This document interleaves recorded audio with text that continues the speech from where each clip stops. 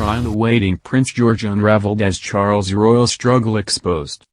Prince George will inherit one of the most difficult aspects of royal life as a future monarch, which Prince Charles has always struggled with, a commentator suggested. Charles became the first in line to the throne after his mother, the Queen, became the monarch in 1952. He was 3 years old at the time. When he was just 9 years old, the Queen announced that he wished to become the Prince of Wales. He was not officially invested until he turned 20 in 1969. But Charles has carried the weight of being the heir to the throne his whole life.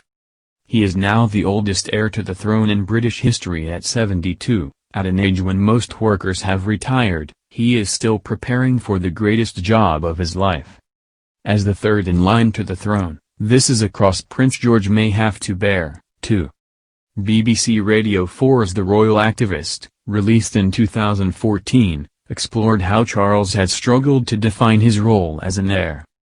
Journalist Eleanor Goodman explained, when Charles took his oath as Prince of Wales in 1969, he faced the classic choices of the heir to the throne, no job specification, other than to wait.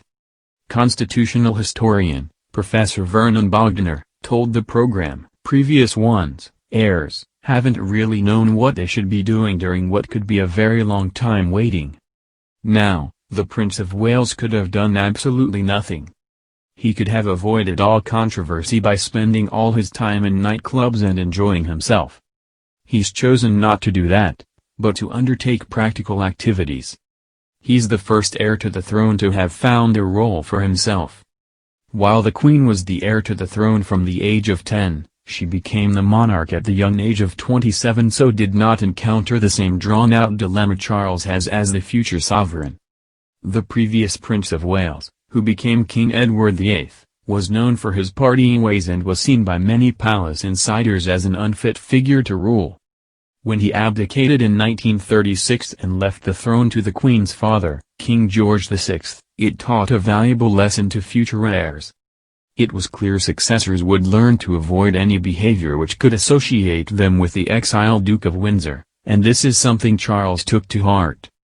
So Charles sought to make a change to society and set up the Prince's Trust, which has become astonishingly successful. Ms. Goodman explained how, in his years of waiting, Charles has redefined his role. She noted, he has also developed a philosophy of his own.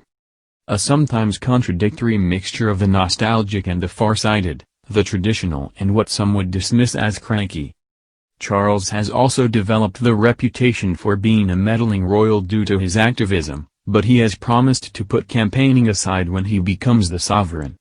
Charles' advisor Jonathan Porritt also explained, he is extremely clear about this notion that we cannot take decisions today that constantly undermine the life decisions and expectations of the people tomorrow. Prince William, second in line to the throne, has been accused of being a reluctant royal in the past. He did not become a working royal as soon as he graduated university, but joined the RAF and later became a full-time pilot with the Search and Rescue Force. Insiders speculated for years that the royal was not up to the job as future monarch, because he hated being in the spotlight. However, the Duke of Cambridge has since embraced his role fully, and has become the royal family's main representative during lockdown. His eldest, 7-year-old George, is set to inherit the crown after his father and will have to find his own way to adapt to the undefined role which is being the heir to the throne.